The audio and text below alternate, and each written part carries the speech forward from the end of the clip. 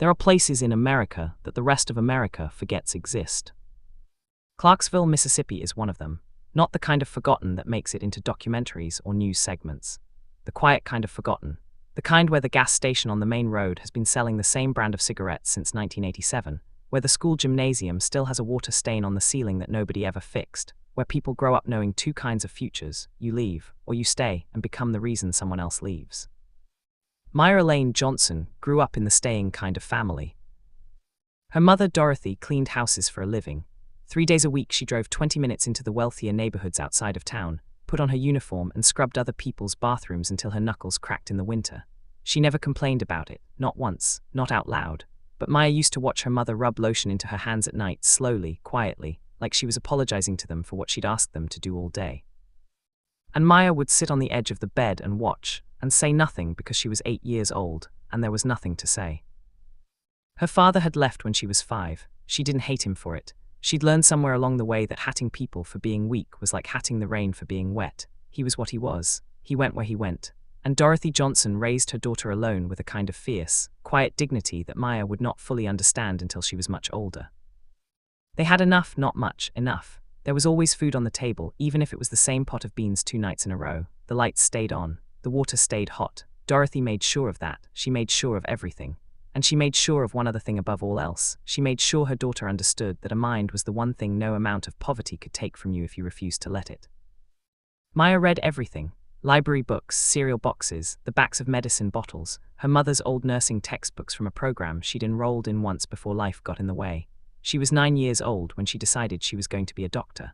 Not in the way children say they want to be astronauts. She decided it the way you decide something that settles into your bones and never quite leaves. She was reading one of those old nursing books, looking at a diagram of the human heart, all its chambers and valves, and the impossibly elegant way it was designed to keep a person alive, and she thought quietly to herself, I want to understand this. I want to fix this. I want to be the person that people come to when everything else has failed. She told her mother that night. Dorothy put down her fork, looked at her daughter for a long moment. Then she said, then that's what you're going to do. No lecture, no warning about reality. No gentle suggestion that maybe something more practical would be smarter. Just 7 words. Absolute and clean and full of a kind of love that doesn't need decoration. Maya never forgot them. She was an exceptional student, not the effortless kind, the kind who worked for it. She stayed after school. She asked teachers questions they sometimes couldn't answer. She applied for every scholarship she could find, filled out every form in her careful, deliberate handwriting, and she graduated valedictorian from Clarksville High School in front of an audience of 200 people, with her mother in the 3rd row in her church dress, crying silently behind her sunglasses. She got into the University of Mississippi on a partial scholarship. Then 4 years later, with a degree in biology and a GPA that made her pre-med advisor call her the most prepared student I've sent in 15 years, she got into medical school. Meharry Medical College, Nashville, Tennessee. One of the oldest and most respected historically black medical schools in the country, a place that had trained black doctors when nowhere else would, a place with history in its walls. Maya walked through those doors in August and felt, for the first time in her life, that she was exactly where she was supposed to be. The first year was hard in the way that medical school is supposed to be hard. The studying was relentless. The material was dense and unforgiving. She survived on 4 hours of sleep and gas station coffee, and the sheer force of a will she had been building since she was 9 years old, looking at a diagram of a human heart. She made friends, real ones, the kind you make when you're suffering together. A girl named Priya from Atlanta who was funny in the way exhausted people are funny. A quiet man named Devont from Baltimore who knew more about pharmacology than most of their professors. They studied together in the library until midnight. They quizzed each other over terrible dining hall food. They held each other up. She was happy, for the first time in a long time, genuinely, completely happy. And then the phone rang. It was a Tuesday morning in October of her 2nd year. She was sitting in a gross anatomy lecture when her phone buzzed in her pocket. She ignored it. It buzzed again. She looked down. It was Aunt Renee's number. Aunt Renee never called. She stepped into the hallway. "Baby," Renee said, and from the way she said that single word, Maya knew. She knew before anything else was spoken. She knew the way you know things that your body understands before your mind has caught up. Her mother had had a stroke the night before, a massive one. She'd been found that morning by a neighbor. By the time the ambulance came, she was already gone. Dorothy Johnson was 53 years old. Maya does not remember driving back to Mississippi. She remembers pieces of it, the highway signs, the flat gray sky, the way her hands looked on the steering wheel like they belonged to someone she didn't know. She remembers standing at the grave in the same cemetery where her grandmother was buried and feeling, for the first time in her 25 years, completely and entirely alone in the world. She went back to Nashville 2 weeks later. She sat in her apartment for 3 days without going to class. Priya brought her food she didn't eat. Devont sat with her in silence for 2 hours one evening and didn't ask her to talk, and she was grateful for that in a way she couldn't articulate. The school gave her a grief leave, 2 weeks officially. Unofficially, she was expected to catch up on everything she had missed. In medical school, compassion has a deadline. She understood that. She tried. She opened her books and stared at pages of text that had once fascinated her and felt nothing. Her mind, which had always been her greatest strength, felt like a room where all the furniture had been removed. Then the financial reality arrived, the way it always does, without ceremony or mercy. Her mother had no life insurance. There was a small savings account, $1,100, and a pile of bills that Maya hadn't known existed. Medical bills from a previous hospitalization, a car payment 2 months behind, utilities. Maya had student loans already. She applied for emergency financial aid. She applied for every assistance program she could find. She called the financial office and sat in a plastic chair across from a woman with kind eyes who explained to her, gently, that there were limits to what the school could do. The number she was left with was $79,000. That was what she owed, between loans and the expenses her mother had left behind, to stay in school for the remaining 2.5 years. She sat in her car in the parking lot after that meeting, and she did the math 3 times. She did it because she kept hoping she'd made an error. She hadn't. She called Priya that night and told her. Priya was quiet for a moment and then said, "We'll figure it out." Maya loved her for saying it. She knew they wouldn't. She knew this was the kind of problem that didn't get figured out by 2 broke medical students who each had their own mountains to climb. She left Meharry in November. She packed her apartment into her car in 2 trips. She drove back to Clarksville with nothing but a degree she couldn't finish, and a grief she didn't know how to carry. She moved into her mother's house, their house. She couldn't think of it as her mother's anymore, not yet, and she sat in the quiet, and she let the silence settle around her like something heavy and permanent. People in town were kind. The church brought food for 2 weeks. Her mother's friends checked on her. Her old high school biology teacher, Mr. Harmon, stopped by one afternoon and sat on the porch with her and said, "You'll go back. This is a detour, not a destination." She nodded and said thank you and believed none of it. She needed money. That was the immediate and unavoidable truth. She needed money to eat. To pay the bills her mother had left, to keep the house from slipping away. She applied for jobs in Clarksville and the surrounding towns. There wasn't much. She had a bachelor's degree in biology and 2 years of unfinished medical school. That made her overqualified for most things and underqualified for everything she actually wanted. She applied to the regional hospital in Hattiesburg, 45 minutes away. They had a position in their housekeeping department. She stared at the application for a long time, then she filled it out. She got the job. Her first day, they gave her a gray uniform and a cart with cleaning supplies, and a supervisor named Gerald who was 38 years old and had worked there for 12 years and treated his staff with a decency that she would come to deeply respect. He showed her the floors she was responsible for. The 3rd floor, internal medicine and cardiology.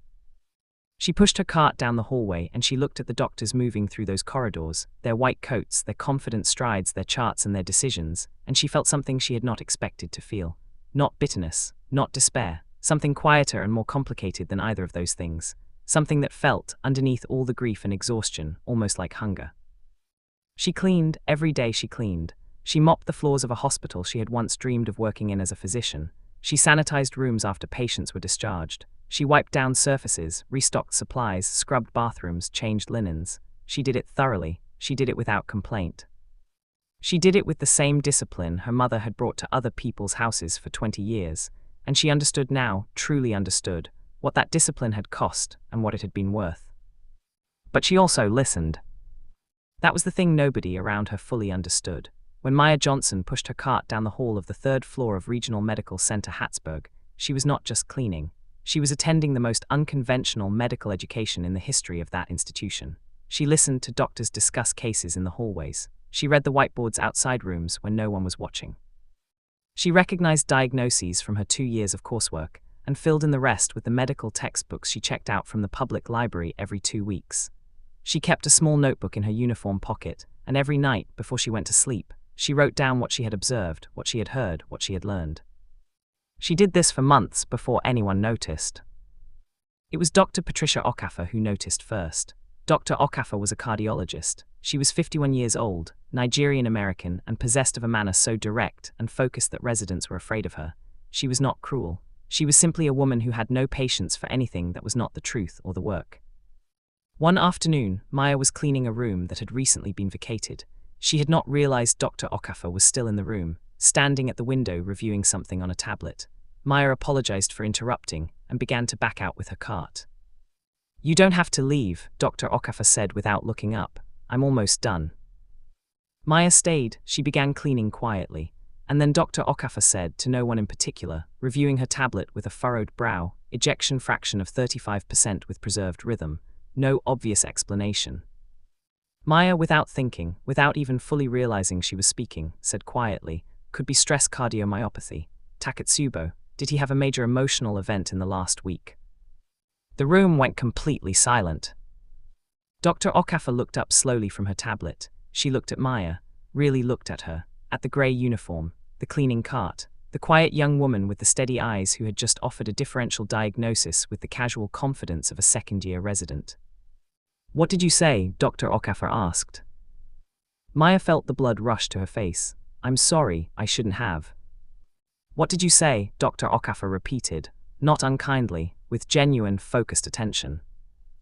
Maya said it again, slower this time, explained her reasoning, the ejection fraction number, the preserved rhythm, the pattern she recognized. Her voice was steady even though her hands were not. Dr. Okafor stared at her for a long moment. "What's your name?" "Maya Johnson." "How long have you worked here, Maya Johnson?" 7 months. "What's your educational background?" Maya told her all of it. Pre-med biology degree, 2 years of Mehari, her mother, the money, leaving. She said it simply without self-pity, the way you state facts that are just facts. Dr. Okafor listened without interrupting. When Maya finished, the cardiologist was quiet for a moment. Then she said, "The patient in room 318 lost his wife 3 weeks ago. I'm going to order the imaging this afternoon." She paused. "Thank you." She left the room. Maya stood alone with her cart and her racing heart, and she didn't know what to feel. She felt exposed, as if something she'd been carefully keeping private had been turned over to the light. She felt afraid, and underneath the fear, that hunger again, stronger than before, so strong it almost hurt. 2 days later, Dr. Okafor found her in the hallway during Maya's shift. She handed her a piece of paper. "This is the number for the financial aid office at Mehari," she said. "And this," she handed her a second piece of paper, "is the number for Dr. James Whitfield. He runs a foundation that funds medical education for students who had to leave for financial reasons. I've already called him and told him about you. He's expecting your call." Maya looked at the papers. Her hands were unsteady. "Why are you doing this?" she asked. Dr. Okafor looked at her with an expression that was not soft, exactly, but was deeply, unmistakably human. "Because 30 years ago," she said, "a woman handed me a piece of paper with a phone number on it. And I decided a long time ago that I would spend my career making sure I was never too busy to do the same thing." She walked away. Maya stood in the middle of the hospital corridor in her grey uniform with 2 pieces of paper in her hand, and the tears came before she could stop them. She pressed the back of her hand to her mouth and breathed through it because she was in a hospital hallway, and she had 3 more rooms to clean, and Dorothy Johnson had raised a daughter who finished what she started.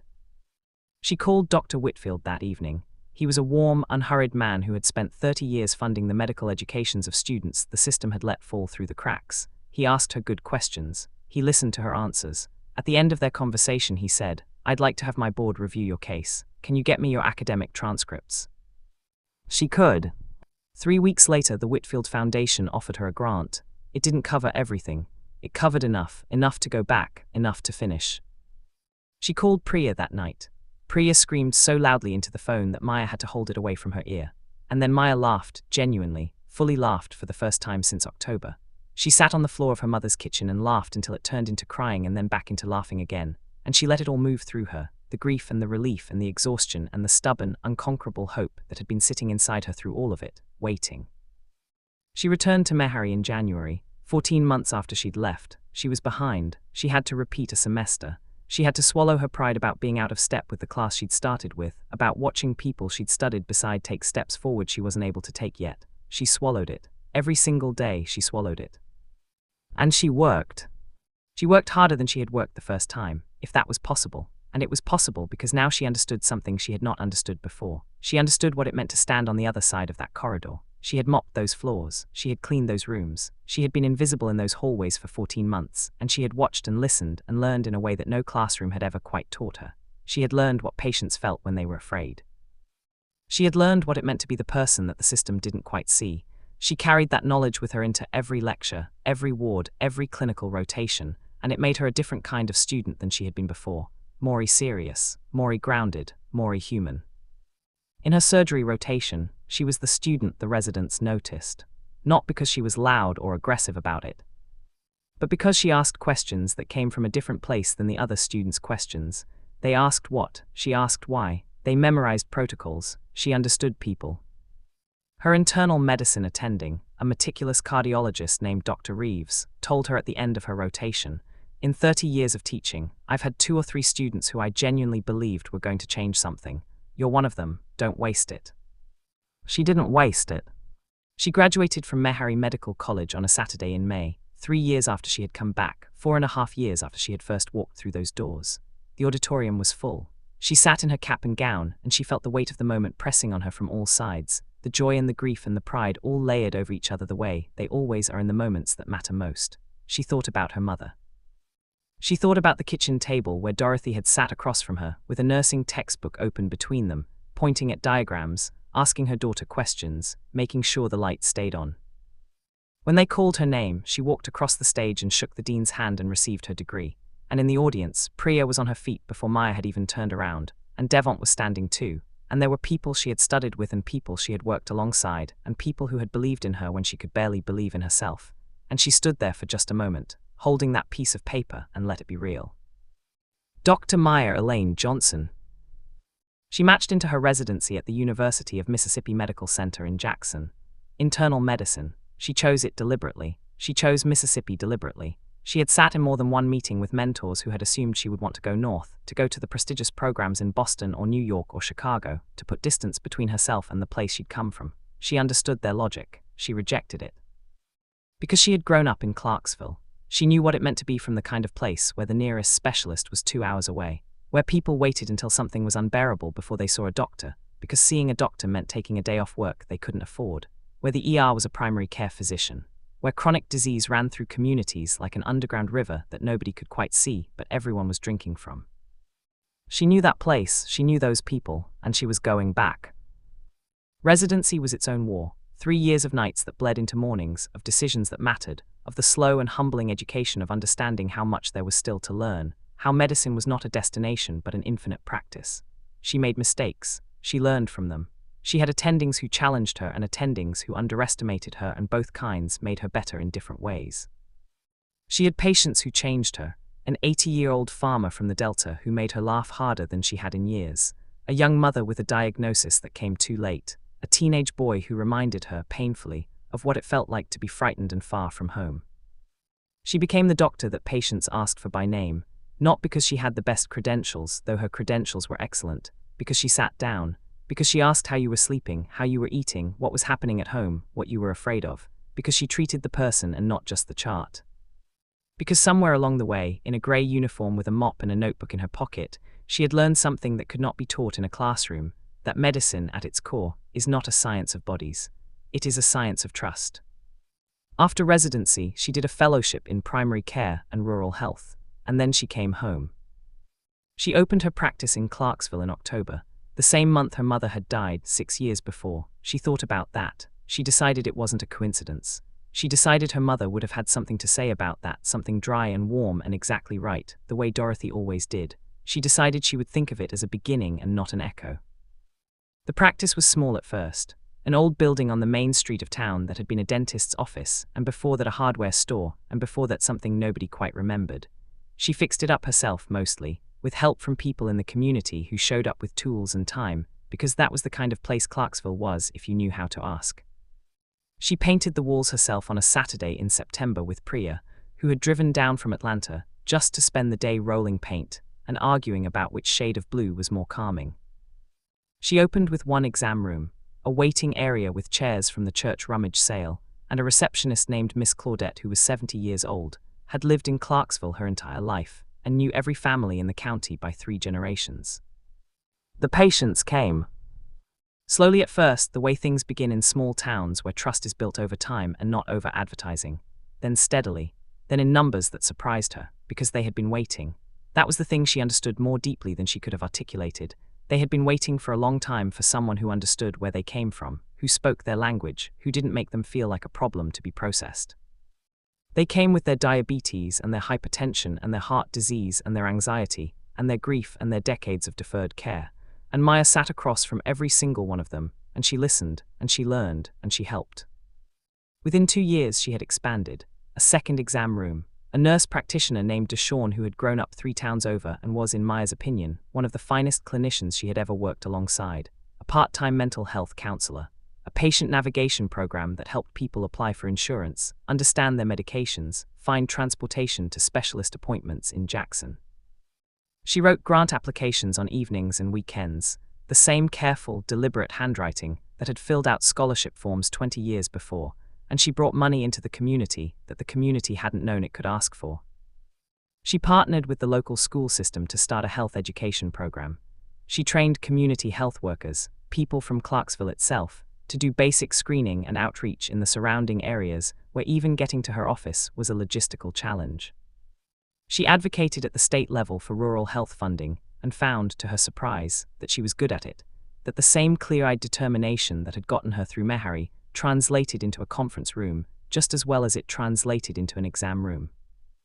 And one evening, after a long day, after the last patient had gone and Miss Claudette had turned off the lights in the waiting room, and Deshawn had gone home to his family, Maya sat in her office alone. She sat at her desk and she looked around the room, her diplomas on the wall, her stethoscope on the desk, the small framed photograph of her mother that she kept next to her computer, and she was quiet for a while with all of it. She thought about the girl who had read a nursing textbook at 9 years old and decided something that settled into her bones. She thought about the library in Clarksville and the scholarship applications and her mother in the 3rd row in her church dress. She thought about the phone call on the Tuesday in October. She thought about the grey uniform and the cart and the notebook in her pocket and the long hallways of that hospital in Hattiesburg. She thought about Dr. Okafor and the 2 pieces of paper and the phone number that had changed the direction of her life. She thought about coming back to this town when everyone had assumed she was going somewhere else. She sat in the quiet of her office in Clarksville, Mississippi, and she understood something, not for the first time, but more completely than she ever had before. The road had not gone wrong. The road had gone exactly where it needed to go. The leave of absence that had felt like the end of everything had taught her what no classroom could have. The grey uniform had given her a perspective that would make her a better doctor for the rest of her life. The 14 months of mopping floors had filled her with a knowledge of what it felt like to be on the other side, and that knowledge was in the room with her every single day, in every patient interaction, in every decision, woven into the fabric of who she was as a physician. Her mother's death had broken her open, and what had rushed in was everything she needed. That is not a comfortable truth. It is not a clean one. She would give anything, her diplomas, her practice, everything, to have her mother walk through that door and sit in the chair across from her desk and say those 7 words again. Then that's what you're going to do. She would give anything for that. And the fact that she cannot change it, the fact that loss is permanent and irreversible, does not make the story less true. Both things exist together, the grief and the gratitude. The sorrow and the life that grew from it. That is not a contradiction. That is just what it means to be a human being who has loved someone and lost them and kept going anyway. She turned off the light in her office and walked out to her car. The main street of Clarksville was quiet in the evening. The gas station on the corner, the church at the end of the block, the water tower with the town's name painted on it in letters that had faded but were still, stubbornly there. She stood by her car for a moment and breathed the Mississippi air and looked at the town she had grown up in and chosen to come back to. There is a kind of success that the world measures in numbers and prestige and the size of your apartment, and there is another kind of success that has no metric. It lives in the faces of the patients who come through your door and leave understanding something they didn't understand before. It lives in the farmer you caught in time, and the young mother whose diagnosis didn't come too late this time, and the child who grew up watching Dr. Johnson's car in the clinic parking lot and decided, quietly, that she wanted to do that someday.